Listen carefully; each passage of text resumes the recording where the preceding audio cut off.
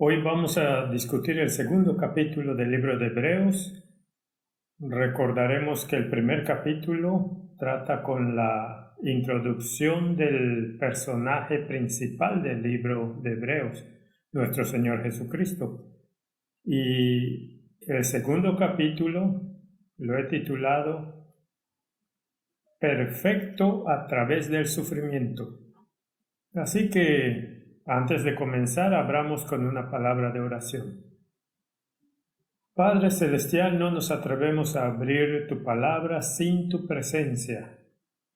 Por eso oramos para que estés con nosotros, que tu Santo Espíritu nos ilumine y ayúdanos a entender lo que Pablo nos trata de decir. En el nombre de Jesús, amén. Creo que este es un título apropiado para el segundo capítulo del libro de Hebreos. Habiendo presentado a Jesús en el primer capítulo como el Creador, el Salvador, el Gobernante, Dios, Yahvé, ahora vamos a ver este asombroso capítulo. Es muy apropiado que continúe inmediatamente con la gloria y la magnificencia del Dios presentado y creador de este universo. El capítulo 2 comienza con la advertencia contra el descuido de la salvación. Hebreos capítulo 2, versículo 1. Por tanto, es necesario que con más diligencia atendamos a las cosas que hemos oído, no sea que nos deslicemos. ¿Por qué es tan esencial que comprendamos la veracidad de lo que dice el libro de Hebreos? Porque esto es la substancia de todas las sombras. Es una explicación de todo el Antiguo Testamento, la Torá, trayéndolo a la realidad que es Jesucristo y su salvación. Y por eso es importante que prestemos atención a este asunto. Hechos capítulo 4 versículo 12 nos dice: en ningún otro hay salvación, porque no hay otro nombre bajo el cielo dado a los hombres en que podamos ser salvos. Siempre recuerdo una situación que una vez tuve en Alemania cuando cité este verso y alguien en la audiencia se quejó de que este era un verso muy arrogante, porque excluyó a todos los demás fundadores religiosos en este planeta. Y estuve de acuerdo, dije que sí, es una declaración muy arrogante, el que alguien diga que soy el único y no hay otro que pueda salvarte. Pero luego yo sugerí que solo es arrogante si no es verdad. Y usé el ejemplo donde dije, yo soy el padre de mis hijos. Ahora, si trabajo con las leyes de la probabilidad, digamos que hay 7,000 millones de personas en el planeta y supongamos que 3,000 millones y medio son hombres, entonces la probabilidad de que yo sea el padre es 1 en 3,000 y medio millones. Pero esa estadística no significa nada si yo realmente soy el padre de mis hijos. Así que si Jesús es realmente lo que dice que es, entonces esta no es una declaración arrogante, es solo una declaración de hechos. Él es el Dios creador y Él es el único que puede dar vida a los que están muertos. Por lo tanto, es el único que puede salvarnos. Y tampoco hay salvación en cualquier otro, porque no hay ningún otro con esa capacidad. Solo Él tiene la capacidad, solo Él es Dios. Ese fue el objeto del primer capítulo. Y por supuesto esta declaración está muy en la línea de fuego cuando se trata de religiones del mundo, porque Jesús debe ser bajado al nivel de todos los otros fundadores. No puedes ponerlo ni una pulgada por encima del resto, porque ¿qué le haría eso a la igualdad? Pero si esto es un hecho, entonces no hay otra opción. Y por eso el evangelismo es importante. No puedes tener una situación donde no declares los hechos para que la gente pueda tomar decisiones informadas. no tengo derecho a forzar la elección, pero tienes que tener derecho a presentar la opción.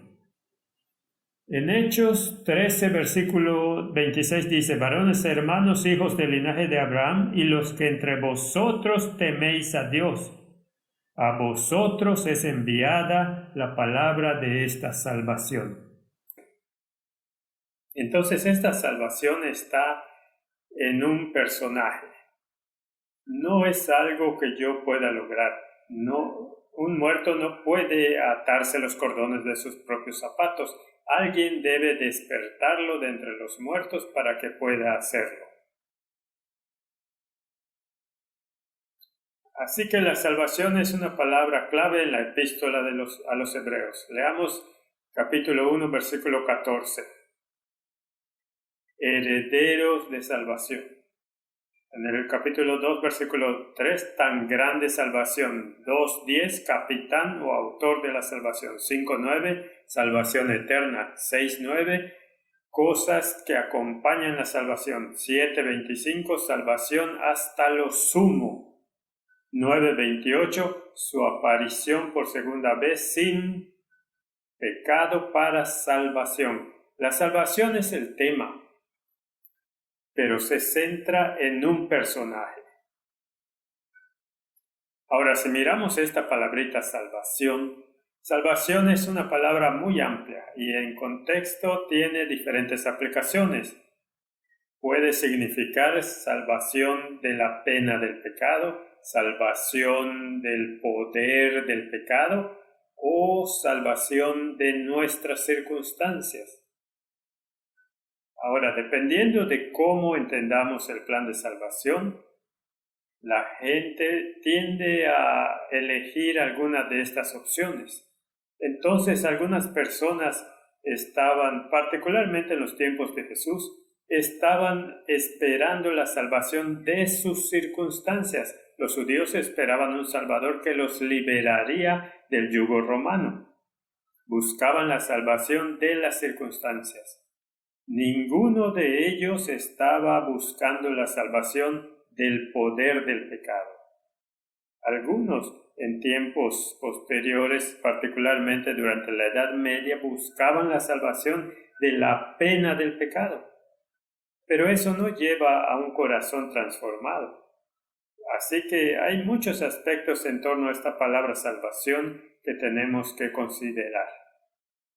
Dijimos en la primera conferencia que discutiríamos un quiasmo en cada uno de los capítulos.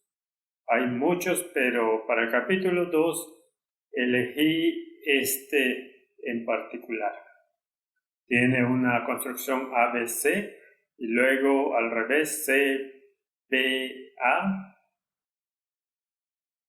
Hebreos capítulo 2, versículo 3. ¿Cómo escaparemos nosotros si descuidamos una salvación tan grande, la cual, habiendo sido anunciada primero por el Señor, nos fue confirmada por los que oyeron? Luego la B. Porque no sujetó a los ángeles al mundo venidero, acerca del cual estamos hablando. C. Hebreos 2, 9. Para que por la gracia de Dios gustase la muerte por todos. Hebreos 2.15, y liberar a todos los que por el temor a la muerte estaban durante toda la vida sujetos a servidumbre. Vamos a la B. Hebreos 2.16, porque ciertamente no tomó sobre él la naturaleza de los ángeles, sino que tomó sobre él la simiente de Abraham.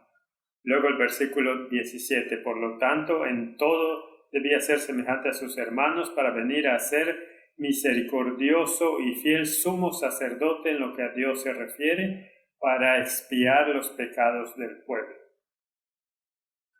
Así que veamos la estructura quiástica. Descuidar tan grande salvación. ¿Qué significa eso en este contexto? Vamos a la segunda A, significa hacer reconciliación por los pecados del pueblo. Esta es la definición que se usa aquí en el libro de Hebreos para explicar en un contexto más amplio la palabra salvación. Entonces el quiasmo explica cuál es el significado de las palabras que se usan. El aspecto B es porque no sujetó a los ángeles el mundo venidero.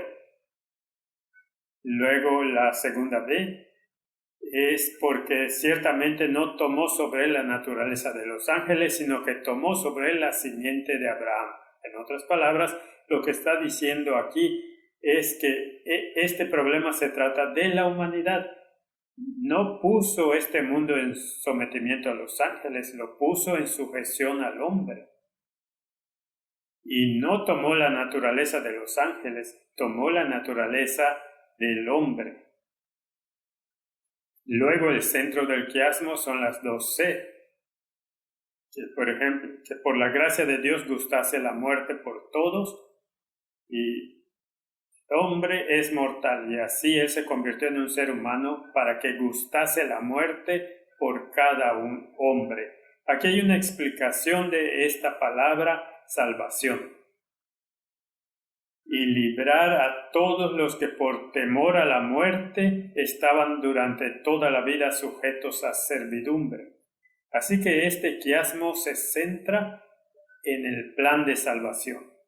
Si la gente estudiara el libro de Hebreos, si estudiaran las escrituras quiásticas, la confusión en el mundo no sería tan grande como lo es hoy, si lo aceptaran. Si tomamos este quiasmo y miramos los sistemas religiosos solo dentro del cristianismo, entonces nos preguntamos, ¿el mundo cristiano en general cree que Jesucristo enfrentó la muerte para que podamos vivir? Y la respuesta es no. El sistema católico romano no acepta la expiación a través de la sangre de Cristo, a través de su muerte. Ellos solo aceptan sus buenas obras como un apaciguamiento para Dios. Así que este mismo aspecto aquí es ignorado por la mayor parte de los profesos cristianos del mundo. Cristo vino a librarnos no solo de la muerte, sino también del miedo a la muerte. Y este plan de salvación es fundamental para el libro de Hebreos. Sin el derramamiento de sangre no hay perdón de pecados. El protestantismo abrazó esta verdad tal como se presenta aquí en esta estructura quiástica. Pero desafortunadamente han aceptado que los que lo rechazan son tan hermanos y hermanas en Cristo como los que lo aceptan. No puede ser. O esto es verdad o es un error. Si es verdad, entonces necesita ser aceptado. En 1 de Juan 2:2 leemos: y Él es la propiciación por nuestros pecados, y no solamente por los nuestros, sino también por los de todo el mundo. Este es un verso asombroso. Y necesitamos entender la trascendencia. Él es la propiciación por nuestros pecados. Recuerdo leyendo de Tyndale que él estaba luchando con la traducción de esta palabra que tradujo propiciación, hilastere. ¿Qué significa? Porque es muy importante que Él es la propiciación por nuestros pecados, y no solamente por los nuestros, sino también por los de todo el mundo. No importa qué sistema religioso abraza el mundo. La salvación está solo en Jesucristo, y Él murió no solo por los pecados de aquellos que abrazan el cristianismo, sino que murió por los pecados del mundo entero. Entonces, ¿a dónde nos lleva esto? ¿Es importante que evangelicemos el mundo? Isaías 45:22 dice: mirad a mí y sed salvos todos los términos de la tierra, porque yo soy Dios y no hay más. Ahora, hemos hablado de esta palabra Dios y vimos la pluralidad de ella. de este Elohim, este más de uno, hagamos al hombre a nuestra imagen. Lo vimos en el primer capítulo. Y básicamente dice lo mismo, salvación en no otro que en Dios, y Jesucristo era completamente Dios. Allí es donde está la salvación. Él es la propiciación. Asumió la naturaleza de hombre para que gustase la muerte y pagara el precio que en realidad debería estar sobre nuestras cabezas. En Romanos capítulo 3 versículo 24 dice, siendo justificados gratuitamente por su gracia mediante la redención que es en Cristo Jesús, a quien Dios puso como propiciación, la misma palabra, por medio de la fe en su sangre. Y esta es una clave, una declaración clave. Es por la sangre del Cordero que somos salvados. El catolicismo romano niega esta verdad central. No es por la sangre ni por la expiación que somos salvos, sino por las obras que son imputadas y por nuestras propias obras. Y no solo las obras de Cristo, dicen ellos, las obras de todos los santos contribuyen a esto y agregan el mérito a los que carecen de él. Esto es una mala aplicación de la palabra de Dios. Es un camino que lleva a la perdición. La humanidad debe estudiar el plan de salvación y en ninguna parte es presentado más claramente que en el libro de Hebreos. En Romanos, Pablo también dice que es propiciación por medio de la fe en su sangre para manifestar su justicia a causa de haber pasado por alto en su paciencia los pecados pasados. Así que veamos esta palabra propiciación. Echemos un vistazo a dos fuentes. Aquí está Charles Riley, de Teología Básica, Guía Sistemática Popular para entender la verdad bíblica. Y escribe, propiciación significa el apartar la ira por una ofrenda. En relación con la soteriología, propiciación significa aplacar o satisfacer la ira de Dios por el sacrificio expiatorio de Cristo. De nuevo, el catolicismo niega este aspecto del apaciguamiento de la ira de Dios. Y algunos de ellos llegan a decir, bueno, si este es el caso y Dios estaba dispuesto a sacrificar a su propio Hijo, entonces debemos odiar al Padre, pero amar al Hijo. Pero no entienden que son uno en propósito. Esta es una decisión mutua de la divinidad. Esto no es una declaración unilateral.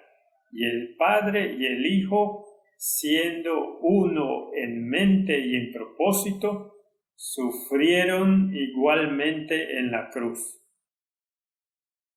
Así que si miramos la concordancia, propiciación, la palabra allí es hilasterion, un neutro de un derivado, un expiatorio, lugar o cosa, que es concretamente una víctima expiatoria, o específicamente, esto es muy importante, la tapa del arca en el templo, el propiciatorio, propiciación. Entonces, otra forma de transcribir esta palabra hilasterium, que no sea propiciación, es el propiciatorio. Ahora, en Hebreos 9:5, esta misma palabra hilasterium se traduce como el propiciatorio. Así que si leemos, dice, y sobre ella los querubines de gloria que cubrían el propiciatorio, de las cuales cosas no podemos hablar ahora en detalle.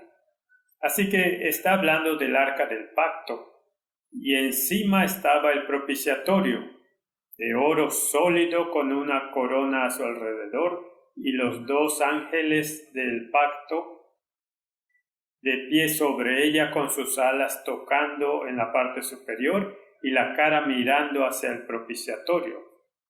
¿Qué simboliza eso? Cuando los ángeles en reverencia y asombro con sus alas tocándose, en otras palabras, rodeando el propiciatorio, mirando hacia abajo en el arca del pacto, pero mirando este trono de gloria, el propiciatorio, y preguntándose con asombro lo que representa. Así que este hilasterio, ¿qué significa? Este sacrificio expiatorio, este propiciatorio. Bueno, Jesucristo es el propiciatorio de Dios, y así es como se le describe en numerosos lugares en el Antiguo Testamento también. Solo tomemos un ejemplo, Miqueas 7:18. ¿Qué Dios como tú que perdona la maldad y olvida el pecado del remanente de su heredad? No retuvo para siempre su enojo, porque se deleita en misericordia. Este fue uno de los conflictos que tuvo Jesús con los fariseos. Ellos estaban muy preocupados por la sombra y sobre la forma de la religión, pero les faltó misericordia, no mostraron piedad. Si tomas el ejemplo buen samaritano, los sacerdotes y los prelados pasaban y no tuvieron piedad, y el que mostró misericordia fue el samaritano. Así que acusó a los israelitas de esa época de ser despiadados. Pero dijo que vayan y estudien lo que esto significa, que Dios es un Dios de misericordia.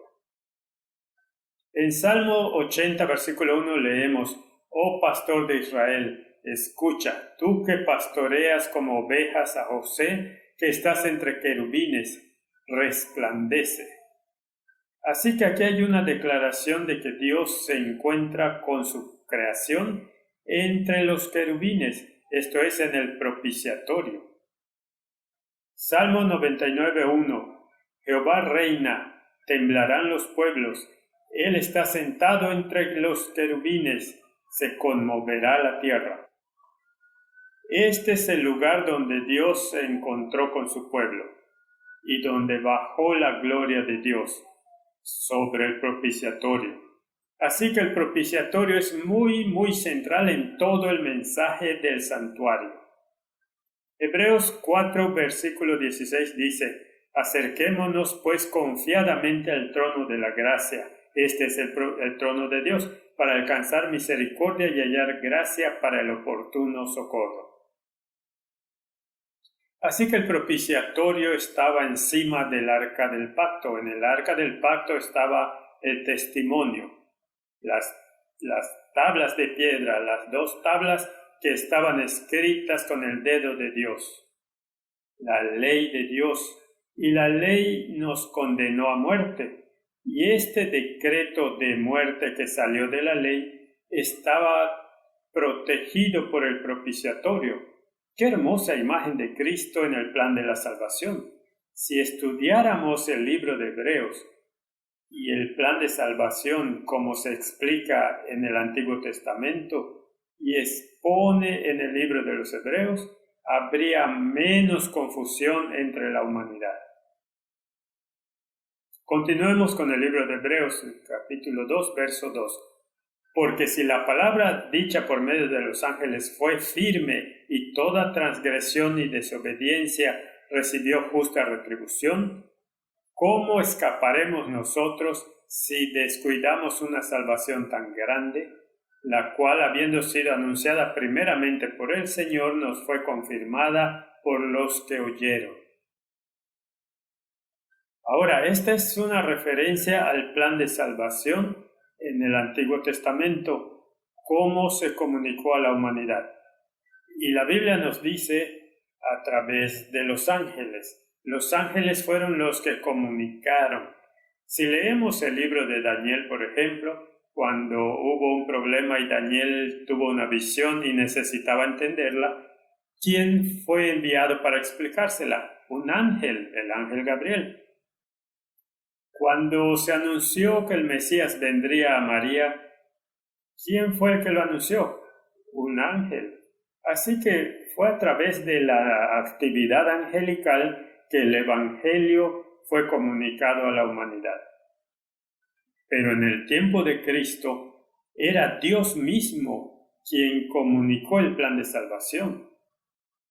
Entonces, ¿cómo escaparemos si descuidamos una salvación tan grande, la cual, habiendo sido anunciada primeramente por el Señor, nos fue confirmada por los que oyeron, a saber, los discípulos? Entonces, ¿cómo lidiamos con esto?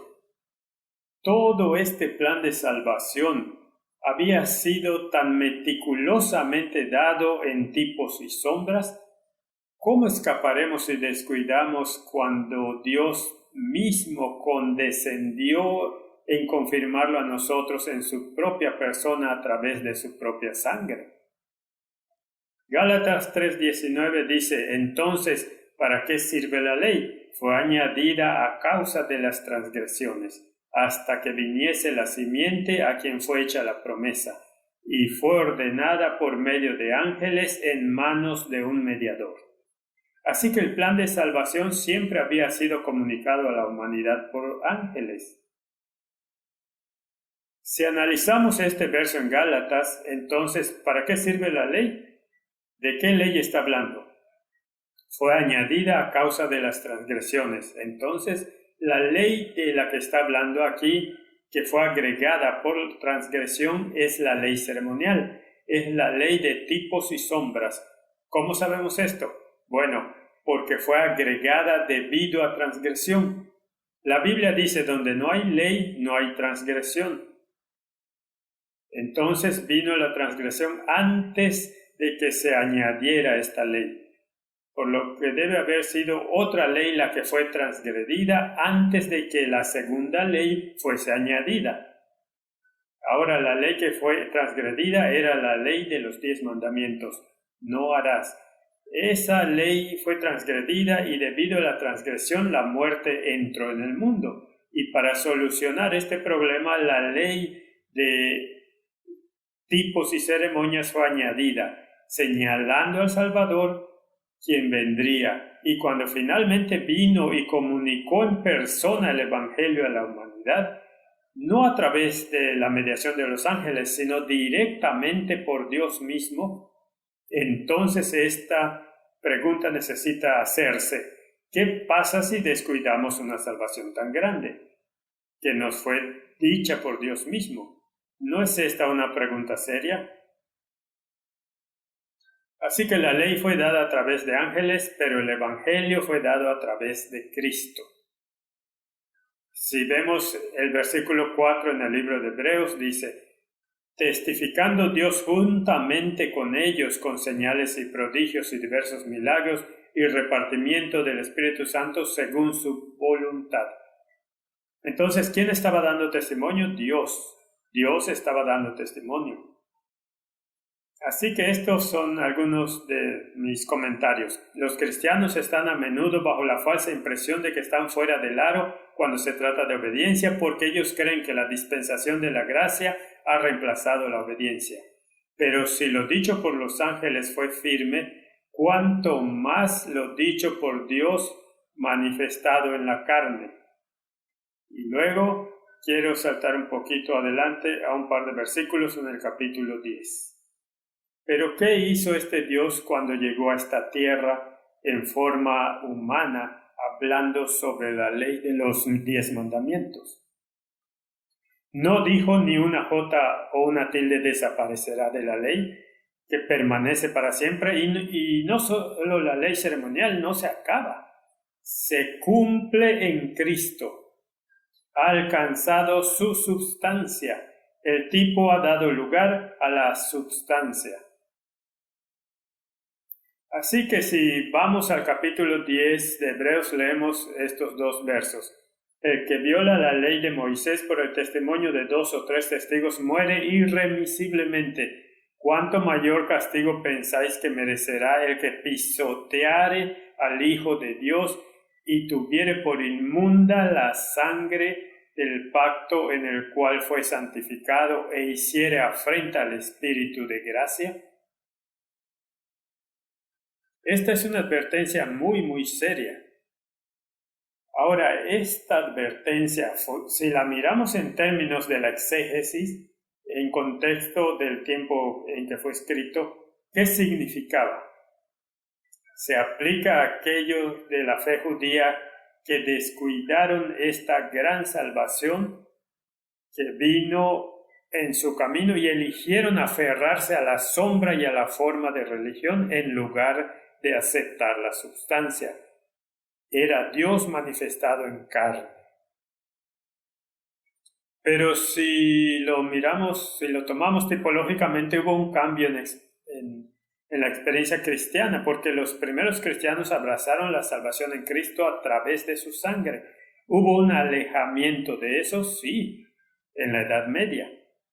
Todo el sistema religioso de Jesucristo, cuando fue usurpado, el ministerio sacerdotal, que es el único representante de la humanidad, fue reemplazado por un sacerdocio terrenal y la sangre fue sacada, fue quitada y se introdujo un sacrificio a pesar de que ya se había introducido un sacrificio perfecto.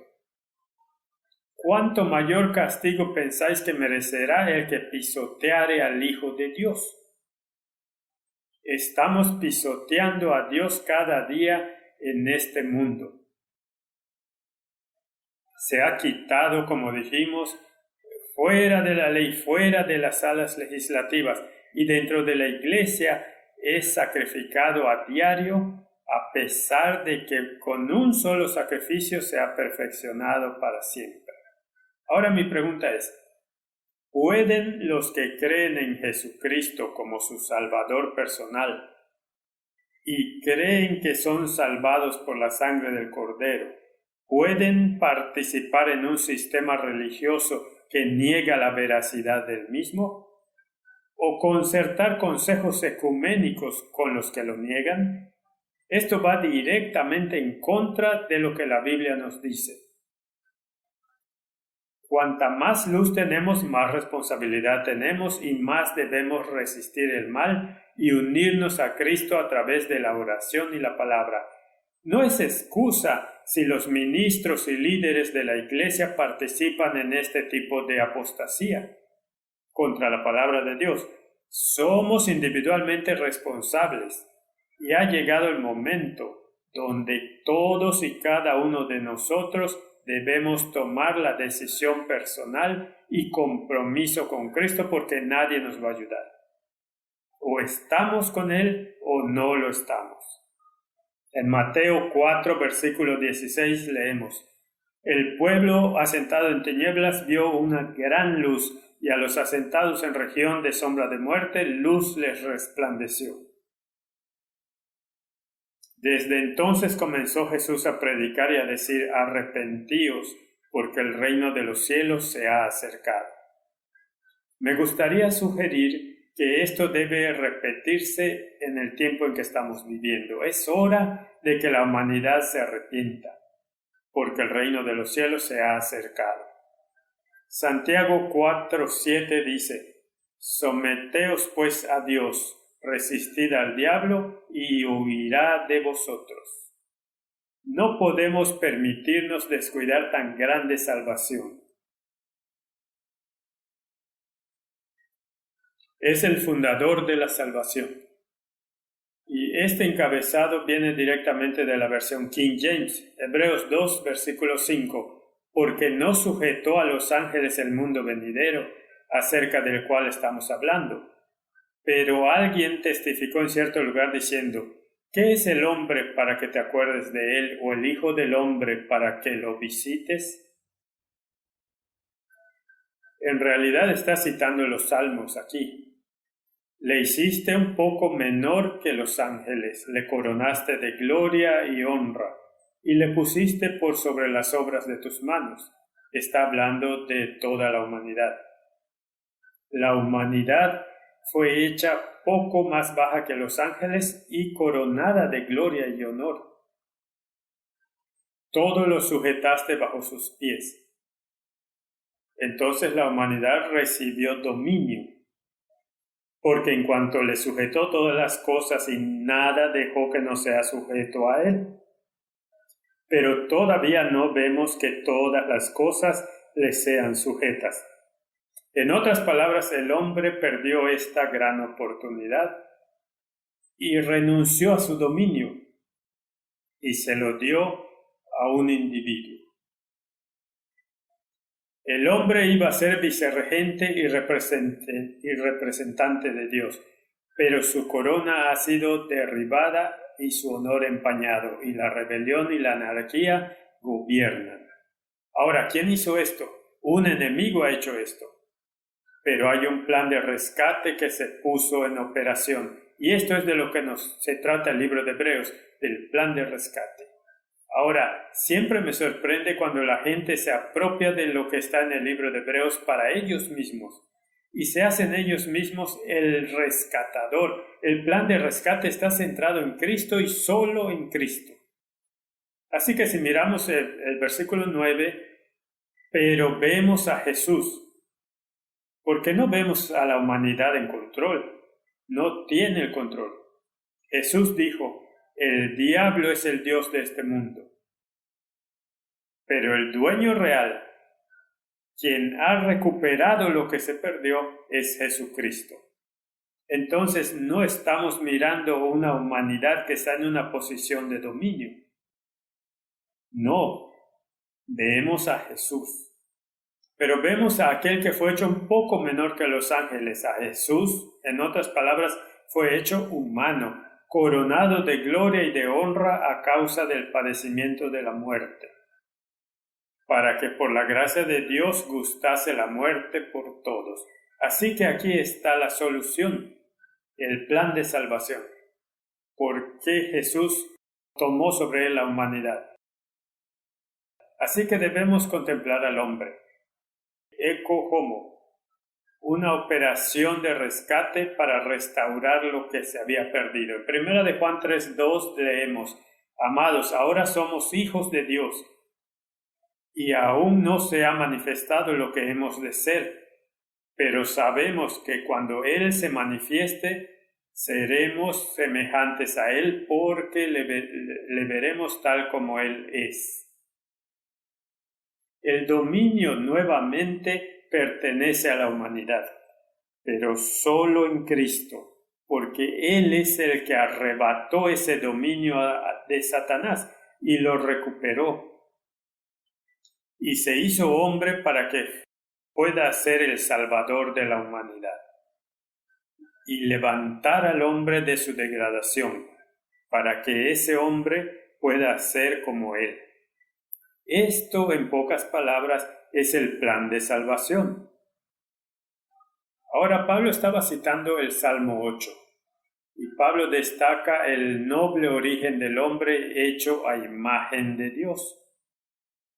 No más bajo que la tierra, como los adoradores de Gaia centrados en la tierra lo tendrían, ni a nivel de las bestias como los evolucionistas lo tendrían, sino por encima de todos ellos, sujetos solo a Dios, a la imagen de Dios masculino y femenino, para que fueran uno en propósito. Los creó como un minicosmos de cómo es el gobierno del cielo. Así que vayamos brevemente al Salmo 8 que Pablo ha citado. Y dice el versículo 1, Oh Jehová, Señor nuestro, cuán glorioso es tu nombre en toda la tierra. Has puesto tu gloria sobre los cielos. Así que primero nos dice quién es Dios. De la boca de los niños y de los que maman fundaste la fortaleza. En otras palabras, de la humanidad.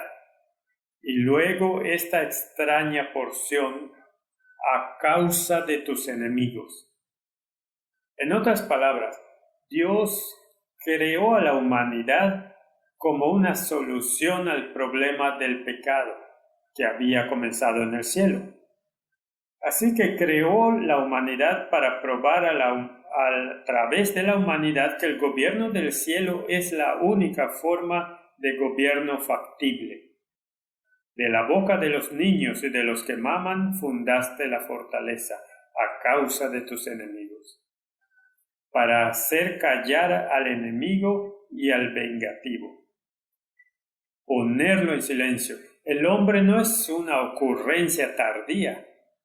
Tuvo un origen noble. Él iba a ser el jurado que decidiría entre las grandes partes en conflicto, la gran controversia entre el bien y el mal.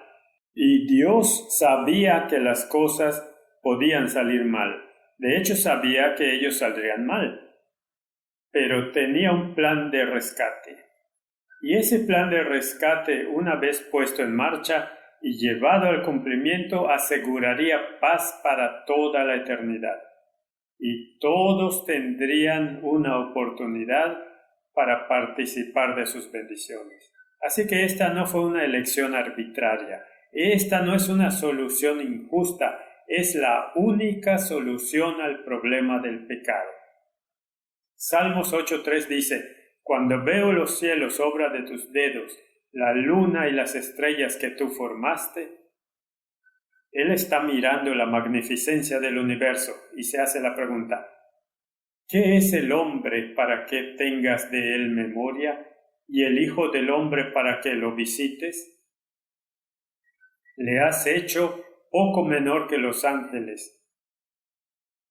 Ahora, esa palabra ángeles es la palabra Elohim. Y discutimos esto en el primer capítulo, donde mostramos que este Elohim es plural y se refiere a la divinidad. En otras palabras, el Padre y el Hijo se estaban comunicando en la creación. Así que básicamente puedes leer este versículo así: le has hecho un poco menor que el mismo Dios y lo coronaste de gloria y de honra. Le hiciste señorear sobre las obras de tus manos. Todo lo pusiste debajo de sus pies. Ovejas y bueyes, todo ello, y asimismo las bestias del campo, las aves de los cielos y los peces del mar, todo cuanto pasa por los senderos del mar, remitiéndonos a la creación donde se le dio dominio al mundo, y finalmente fue quitado de Adán y tomado por el enemigo de Dios. Oh Jehová, Señor nuestro, cuán grande es tu nombre en toda la tierra.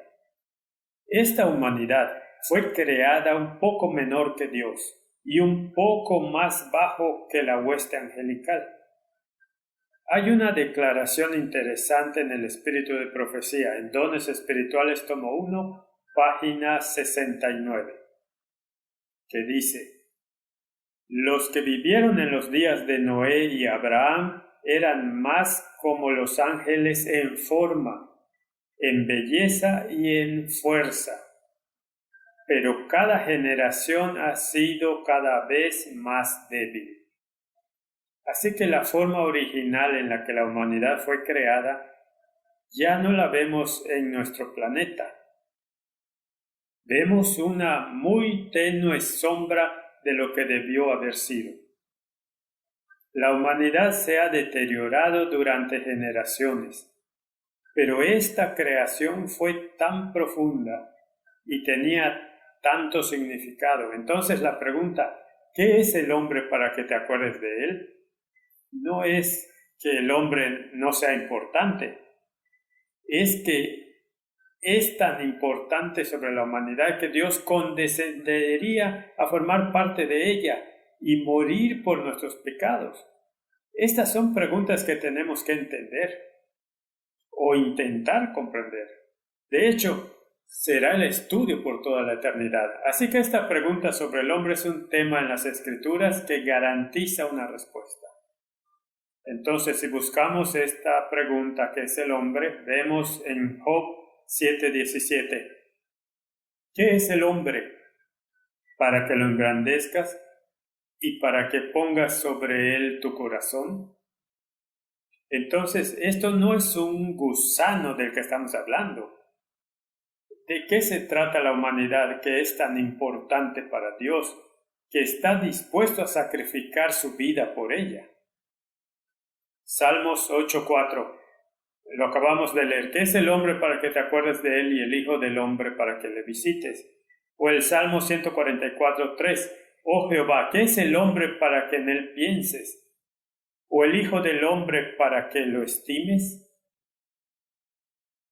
En Hebreos 2, versículo 6, que acabamos de estudiar, pero alguien testificó en cierto lugar diciendo, ¿qué es el hombre para que te acuerdes de él? ¿O el Hijo del Hombre para que le visites? Esto es el corazón de la pregunta. Satanás quiere que pensemos que Dios es un tirano allá arriba, que quiere hacer cumplir su voluntad y pisotear nuestras conciencias cuando es exactamente lo contrario, la verdad. Él es el hilasterion, el propiciatorio. ¿Cómo representó a Dios en la Edad Media? A través de sus supuestos representantes cristianos, como este monstruoso tirano que te arrojaría al infierno eterno y te quemaría y te torturaría por toda la eternidad. E incluso si fueras a ir al cielo, te arrojaría al purgatorio y te torturaría allí hasta que algún prelado terrenal te librara de esa servidumbre. ¡Qué repugnante representación de la deidad! Que se llama el hilasterion, el propiciatorio. Ahora, el asombroso verso 10 ha ocupado a mucha gente en esto. Perfecto a través del sufrimiento. Hebreos 2, versículo 10. Porque convenía a aquel por cuya causa son todas las cosas, por quien todas las cosas subsisten, que habiendo de llevar muchos hijos a la gloria, perfeccionase por aflicciones al autor de la salvación de ellos. ¡Qué verso tan asombroso! Veámoslo con un poco más de detalle. Es en realidad el título de todo este capítulo. Por cuya causa son todas las cosas, así que todo fue creado para Jesucristo. Y por quien todas las cosas subsisten, porque Él lo creó todo. Habiendo de llevar muchos hijos a la gloria a través del plan de salvación, para hacer al capitán de su salvación o al autor de la salvación de ellos, refiriéndose a Jesucristo, lo perfeccionase por aflicciones. Entonces algunos dicen que Jesús tuvo que aprender a ser perfecto para vencer el pecado y luego ser el autor de la salvación. No entienden de quién estamos hablando. Estamos hablando del Dios del universo. El Dios del universo que es perfecto. Así que quiero reformular esto y decir que el que era perfecto se hizo perfecto a través del sufrimiento. Solo reflexiona sobre eso por un momento. El que era perfecto era Dios mismo, perfecto. Se volvió perfecto a través del sufrimiento. ¿Qué significa eso? Significa que se convirtió en el capitán o autor perfecto para guiar a los cautivos redimidos a través del valle del sufrimiento hasta el final de todo el sufrimiento. En otras palabras, no se trataba de él siendo imperfecto y aprendiendo a ser perfecto. No, él era el perfecto capitán como consecuencia de su sufrimiento. No perfecto en carácter debido a su sufrimiento, que pues ya lo era, sino que se convirtió en el líder perfecto. Wesley escribe sobre Hebreos 2:10. En este verso el apóstol expresa en sus propias palabras lo que expresó antes en las del salmista, porque convenía a aquel que era adecuado a todos sus atributos, tanto su justicia, bondad, sabiduría, por cuya causa como su fin último y por quien como su primera causa. Son todas las cosas que habiendo de llevar muchos hijos a la gloria, a esta misma cosa que son hijos y son tratados como tales, perfeccionar al capitán, príncipe, líder y autor de su salvación, por sus sufrimientos expiatorios por ellos. Perfeccionar o consumar implica el llevarlo a un final pleno y glorioso de todos sus problemas. Hebreos 5:9. Esta consumación por los sufrimientos insinúa la gloria de Cristo, a quien siendo consumado todas las cosas están sujetas. Y los sufrimientos precedentes, de estos trata expresamente Hebreos 12:11 al 18. Habiendo hablado antes de su gloria, tanto para dar un toque a su exhortación y para quitar el escándalo de los sufrimientos de su muerte. Una consideración más completa de ambos puntos que entrelaza con el siguiente discurso sobre su sacerdocio. Pero, ¿qué se dice aquí de nuestro Señor siendo perfeccionado a través de los sufrimientos? No tiene relación con que seamos salvos o santificados por los sufrimientos. Este es un punto muy importante que hace Wesley. La cristiandad ha distorsionado este punto y cree que hay algo que puede aportar a través de sus obras o de sus sufrimientos para ganar la salvación. Pero Wesley lo dijo muy claro. Entiende que no hay nada que podamos agregar a esta salvación perfecta. Él mismo era perfecto como Dios y como hombre, antes de que él sufriera. Entonces Wesley está de acuerdo en que Jesucristo fue perfecto. No había ningún defecto de carácter que tuvo que superar a través del sufrimiento para ser perfeccionado. No, solo le permitió ser el líder perfecto. Por sus sufrimientos en su vida y muerte fue hecho perfecto o la ofrenda completa por el pecado. Pero a menos que se nos hiciera el mismo sacrificio y expiación por el pecado, lo que es dicho de él a este respecto está fuera de nuestra esfera, como su ascensión al cielo. Así que no podemos ir al cielo como él lo hizo. Tampoco podemos contribuir a nuestra propia salvación. Es solo su expiación y su espíritu llevando a cabo la obra de la fe con poder en nuestros corazones lo que nos puede santificar.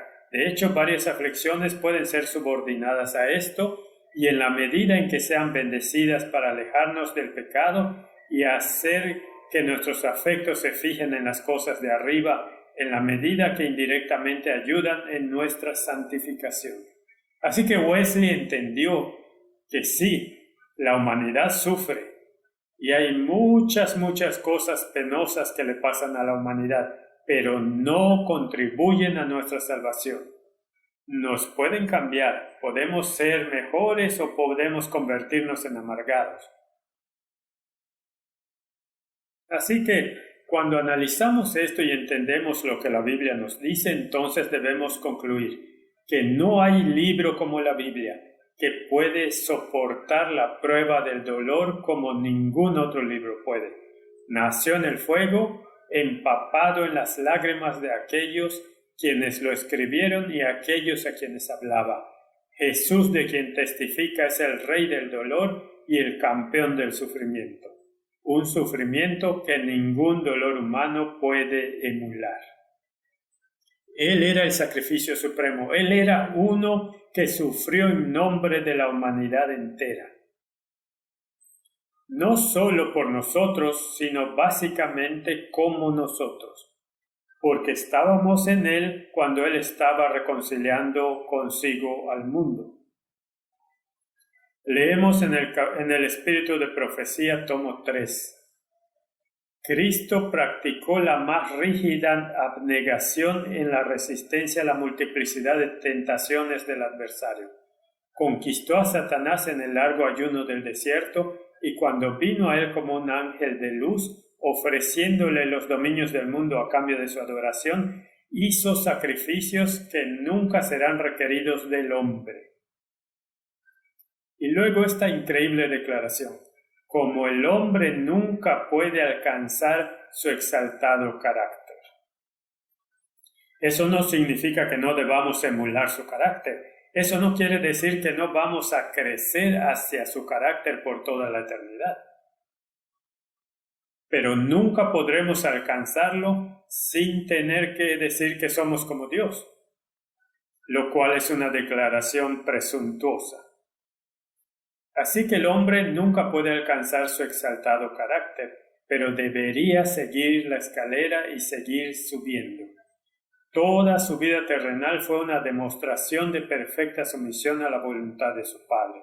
El curso de Cristo y el de Satanás presentan el contraste completo de un hijo obediente contra un hijo desleal. Hay otra declaración: Los que viajan por el camino angosto están hablando de la alegría y la felicidad que tendrán al final del viaje. Sus rostros a menudo son tristes, sin embargo a menudo resplandecen con santa alegría. No visten como la compañía del camino ancho, ni hablan como ellos, ni actúan como ellos. Un patrón les ha sido dado, un varón de dolores y experimentado en quebranto, abrió el camino para ellos y lo recorrió él mismo. Eso lo convirtió en el capitán perfecto, porque no solo estaba hablando, él estaba haciendo. Sus seguidores ven sus pisadas y son confortados y animados. Él pasó con seguridad y entonces ellos pueden si siguen sus pasos. Ahora, un Mesías sufriente era lo último que los judíos esperaban, e incluso sus discípulos se sintieron abrumados, pero los sufrimientos de Cristo son el mayor orgullo del Evangelio.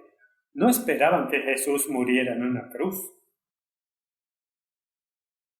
No, Señor, dijo Pedro, no te acontezca esto. Quítate delante de mí, Satanás. Ellos no entendieron, incluso después de la cruz, incluso después del terremoto, después del oscurecimiento del sol, aún no entendían. Si vamos a Lucas 24:17, leemos: a esos dos que van camino a Emaús les dijo: ¿qué pláticas son estas que tenéis entre vosotros mientras camináis y por qué estáis tristes? Respondiendo uno de ellos, cuyo nombre era Cleofas, le dijo: ¿eres tú el único forastero en Jerusalén que no ha sabido las cosas que en ella han acontecido en estos días? Entonces él les dijo: ¿qué cosas? Y ellos le dijeron de Jesús Nazareno, que fue varón profeta, poderoso en obra y en palabra delante de Dios y de todo el pueblo, y cómo le entregaron los principales sacerdotes y nuestros gobernantes a sentencia de muerte y le crucificaron. Y luego estas terribles palabras: pero nosotros esperábamos que él era el que había de redimir a Israel. Y ahora, además de todo, hoy es ya el tercer día que esto ha acontecido. Ellos no lo entendieron. Ellos esperaban un libertador totalmente diferente, un redentor. Querían ser redimidos de su circunstancia y no de su sujeción a un mundo de pecado. Así que si no entendemos el plan de salvación, repetiremos este error. De hecho, el mundo de hoy está esperando que pondrá las cosas bien para que las cosas puedan volver a la normalidad. No volverán a la normalidad, este mundo llegará a su fin. Tendrá que ser destruido y solo los que han aceptado este plan de salvación, como Pablo ha dicho, no han descuidado una salvación tan grande, finalmente serán parte del reino venidero. Continuamos en Hebreos capítulo 4, versículo 15. Y leemos: porque no tenemos un sumo sacerdote que no pueda compadecerse de nuestras debilidades, sino uno que fue tentado en todo según nuestra semejanza, pero sin pecado. Él era perfecto, pero se convirtió en el perfecto capitán de nuestra salvación a través del sufrimiento. Hebreos 7:26 dice: porque tal sumo sacerdote nos convenía, santo, inocente, sin mancha, apartado de los pecadores y hecho más sublime que los cielos. No era excusa para que alguien diga que Jesús tenía propensiones pecaminosas y las superó y por lo tanto podemos ser igual que Él. En Él no había pecado, Él era santo, Él era inocente, era sin mancha, separado de los pecadores. Fue hecho más alto que los cielos. ¿Puede ser más claro que eso? Así que si queremos introducir un perfeccionismo farisaico en nuestras vidas, perdemos el punto. La salvación no está en lo que podemos hacer, es solo lo que Él puede hacer y hará a través de nosotros si lo dejamos. Para que la obra de redención sea mayor que el de la creación original. La creación habla del poder. de la sabiduría, la benevolencia, la inescrutable plenitud de Dios. Pero la redención habla de su carácter, su compasión, su amor indescriptible, su justicia, su piedad, de su profundidad de carácter que la mente humana no puede sondear, pero se ve obligada a admirar. Es el unigénito Hijo quien nos transforma en los hijos e hijas de Dios. El carácter de Dios siempre ha sido tergiversado porque hay un enemigo que ama tergiversarlo. Y desafortunadamente, a la humanidad le encanta tragar los sabrosos bocados que Él les proporciona. Hebreos 2, versículo 11. Porque el que santifica y los que son santificados, de uno son todos. Por lo cual no se avergüenza de llamarlos hermanos. Esto es una asombrosa declaración en Hebreos. En otras palabras, Dios no se avergüenza de llamarnos hermanos y hermanas en Cristo. Porque el que nos santifica, Él es el que nos llama. Él es el único que nos redimió y quiere que seamos uno en Él. Y no se avergüenza de llamarnos hermanos. De hecho, demostró que no se avergüenza de llamarnos hermanos porque se convirtió en hombre. No asumió la naturaleza de los ángeles. Entonces, los que han sido redimidos no son liberados del sufrimiento. Así que ellos también deben subir la colina del dolor donde su capitán lidera el camino y los consuela en su viaje. ¿Qué alma verdadera ha seguido alguna vez en sus pasos y nunca ha experimentado la contradicción de los pecadores, el conflicto con los escribas y los fariseos y los saduceos? Aunque ellos son los escribas y los fariseos y los saduceos de estos días. Cansancio, lágrimas y decepciones y persecuciones, incluso de los que llaman ellos mismos amigos o parientes más cercanos. Desamparo, soledad, pruebas, traición y las tumbas son la suerte de los seguidores de Cristo. Si Cristo nunca hubiera sido tentado, ¿cómo podría socorrer a los que son tentados? Para entender este verso fue hecho perfecto a través del sufrimiento. Es el capitán perfecto porque tuvo el sufrimiento perfecto. El versículo 12 dice, diciendo, anunciaré a mis hermanos tu nombre, en medio de la congregación te alabaré. Y otra vez, yo confiaré en él. Y de nuevo, he aquí yo y los hijos que Dios me dio. Él está abrazando a la humanidad. Se deleita en ellos, canta. La Biblia en realidad nos dice que cuando lleguemos al cielo Jesús cantará. Así que por cuanto los hijos participaron de carne y sangre, Él también participó de lo mismo para destruir por medio de la muerte al que tenía el imperio de la muerte, esto es, al diablo. Si la gente entendiera este plan de salvación, solo habría una religión en este planeta. Si puedo ponerlo de esta manera, la gente muere porque nace, pero Cristo nació para que muriera.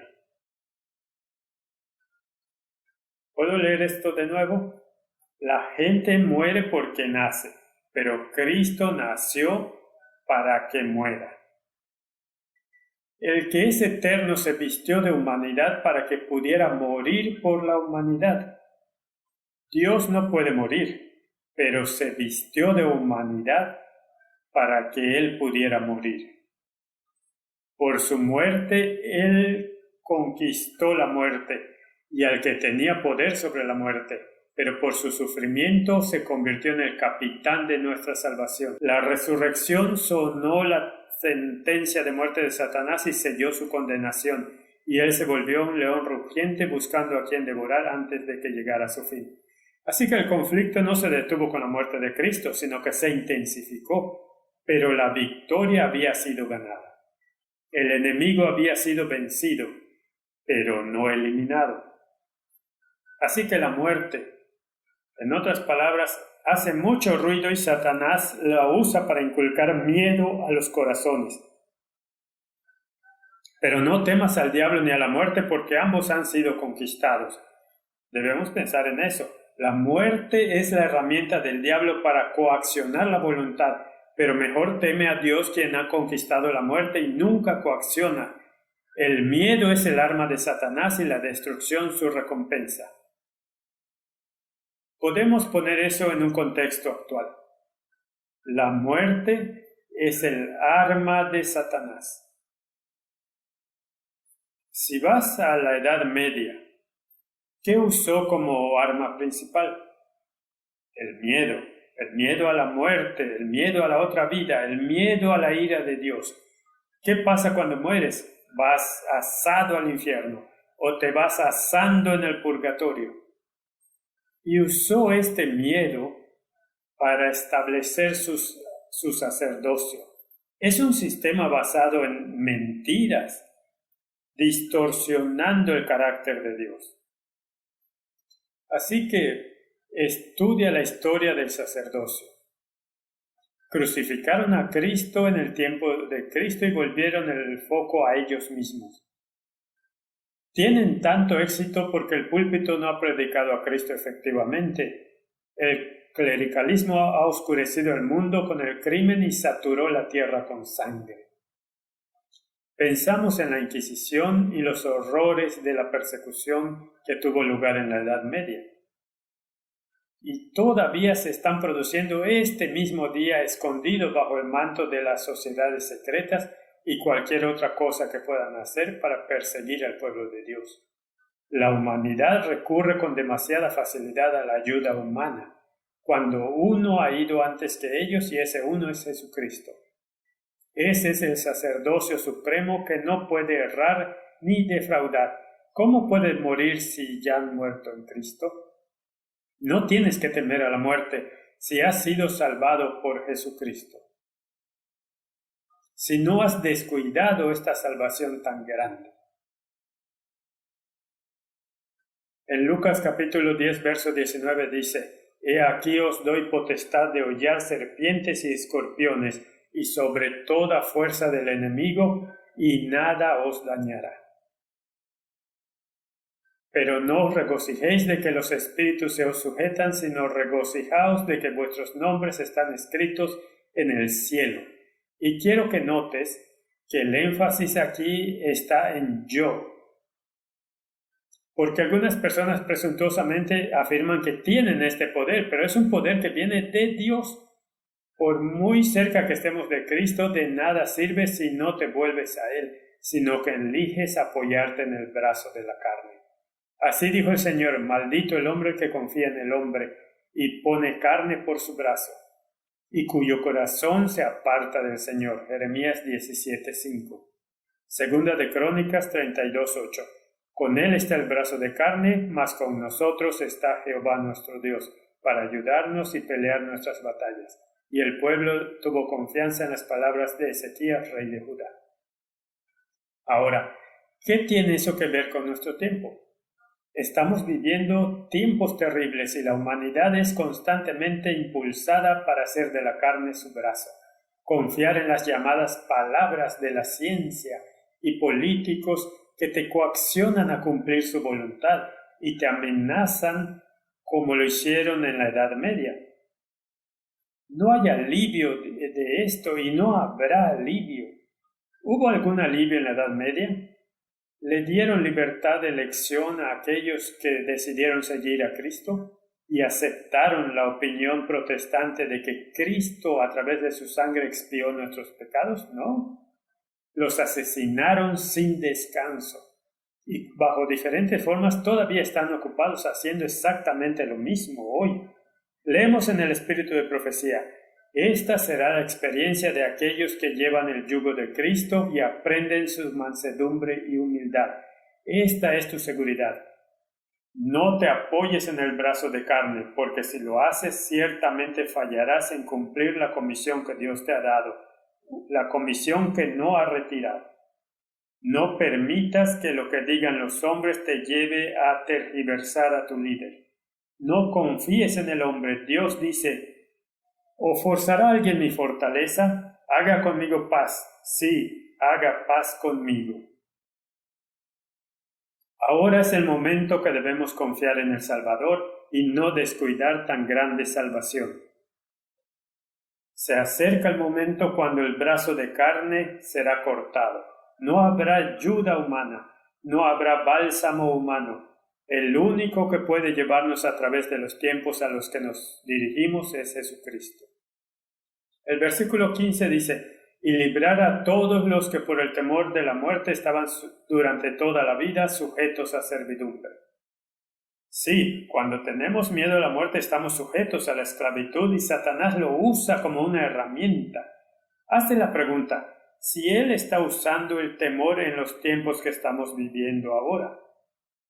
Miedo a la muerte a través de enfermedades, a través de pandemias, ¿nos está guiando en una dirección que podríamos no seguir si no tuviéramos este miedo a la muerte? Debemos confiar en el que conquistó la muerte. Luego dice, porque ciertamente no tomó sobre él la naturaleza de los ángeles, sino que tomó sobre él la simiente de Abraham. Se hizo hombre, se identificó con la humanidad. Tú puedes confiar en él. Lamentablemente, las traducciones modernas traducen este versículo en Hebreos capítulo 2 así: porque ciertamente no socorrió a los ángeles, sino que socorrió a los descendientes de Abraham. Se pierde por completo el punto. Es una farsa leer un versículo con tal traducción. Porque en verdad no asumió sobre él la naturaleza de los ángeles, sino que se convirtió en hombre, se identificó con la humanidad, así que podía pagar el precio por la humanidad. Esta declaración sin sentido de aquí abajo, ciertamente no socorrió a los ángeles, ni siquiera es cierta. ¿Miguel no vino en ayuda del ángel Gabriel cuando el diablo lo resistió? Claro que sí. Así que debemos entender de qué se trata este libro. Hebreos capítulo 2, verso 17. Por lo cual debía ser en todo semejante a sus hermanos para venir a ser misericordioso y fiel sumo sacerdote en lo que a Dios se refiere, para expiar los pecados del pueblo. Este es el meollo del asunto, por eso está en negritas. Esta es la solución para el problema del pecado. Si descuidamos la salvación, terminamos en la pendiente resbaladiza donde camina la humanidad ahora mismo. Hebreos 2:18. Pues en cuanto él mismo padeció siendo tentado, es poderoso para socorrer a los que son tentados. Así que la carga de Pablo es mostrar que el capitán, autor de nuestra salvación, es el perfecto para emular. Y es seguro seguirlo, porque él no miró desde la distancia, sino que tomó parte de ella en la carne. Si él nunca lloró, ¿cómo podía secar nuestras lágrimas? El verso más corto de la Biblia se encuentra en el Evangelio de Juan y dice: Jesús lloró.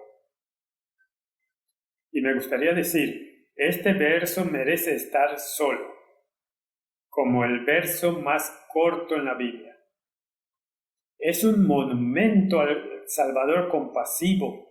El que tiene el poder de forzar la voluntad lloró porque se negó a usar ese poder para coaccionar la voluntad humana, y se estremeció de pena mientras nos miraba pisar el camino de la destrucción.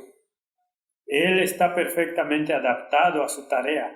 Su certificado de autoridad está firmado con sangre y es el capitán perfecto para guiarnos a la tierra donde Dios enjugará toda lágrima de sus ojos, y no habrá más muerte, ni clamor, ni dolor, porque las primeras cosas pasaron.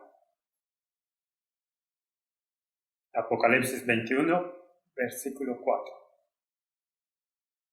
Mis queridos hermanos y hermanas, si miramos el capítulo 2 y vemos de qué manera Pablo retrata al capitán de nuestra salvación, tan perfecto como el capitán perfecto para guiarnos por este camino, y él, siendo por su mismísima naturaleza Dios, podría haber obligado a la humanidad a hacer su voluntad, podría haber coaccionado a la humanidad como los políticos y los científicos quieren hacer. en el tiempo actual. Pero no lo hizo. Permitió que la gente tomara su elección. Su elección llevó a la destrucción. Que Dios nos dé sabiduría mientras miramos estas cosas. Así que por esta razón se permite que nos sobrevenga el sufrimiento para calificarnos en nuestra pequeña esfera, para convertirnos en consoladores de nuestros hermanos cuando ellos también se convierten en víctimas del sufrimiento o tropiezos en el camino. Vamos a encontrarnos con eso cada vez más. Vamos a tener el mismo espíritu de condena como hacían los fariseos. Todos los que han recibido el don de consolar a otros han sentido ellos mismos en cierta medida el don ennoblecedor del sufrimiento, para que sean sabios consejeros y médicos y enfermeras del rebaño. Pero cuidado con la raíz de amargura que nos convierte en escuela de la vida a la escuela de la muerte. Job aprendió en la escuela del dolor, pero muchos no aprenderán allí. Job dice en el versículo 1 del capítulo 10, mi alma está hastiada de la vida. Creo que en este tiempo hay mucha gente que dice mi alma está cansada de la vida. Daré libre curso a mi queja sobre mí mismo, hablaré con amargura de mi alma. O el versículo 25 en el capítulo 21, y este otro morirá en amargura de ánimo y sin haber comido jamás con gusto. Creo que hay muchos que mueren en amargura de su alma y nunca comen con gusto. Desprovistos de comodidad humana, cuando en el mundo hemos tenido una situación donde los que están muriendo ni siquiera está permitido ser consolados por los que los aman. ¿En qué mundo tan asombroso estamos? Me pregunto. ¿Quién tiene control de estos asuntos? ¿Es el compasivo Salvador que se hizo hombre para poder identificarse con nosotros? No lo creo. El sufrimiento educa la simpatía, aligera el paso, permite leer desde lejos los síntomas del alma sufriente y aplicar el bálsamo de Galaad o la palabra hablada a tiempo. Brilla más intensamente cuando los cielos son más oscuros. Si nos sintonizamos con el sufrimiento de los demás y no emulamos este mundo, ni nos apoyamos en este mundo, entonces este mundo será más amable. Sí, vemos gente sufriendo, entonces alivia el sufrimiento donde estés en la medida de tu capacidad. Si ves a alguien agobiado, entonces da una palabra de ánimo. Filipenses 3:10 dice, a fin de conocerle y el poder de su resurrección y la participación en sus sufrimientos, llegando a ser semejante a él en su muerte. Que Dios nos dé sabiduría mientras consideramos a un Salvador sufriente, que fue perfeccionado a través del sufrimiento. A medida que nos volvemos duros de corazón y nos unimos en la dirección en la que este mundo va en este momento, consideremos lo que pasó Cristo y lo que significa para nosotros y no descuidemos una salvación tan grande. Oremos.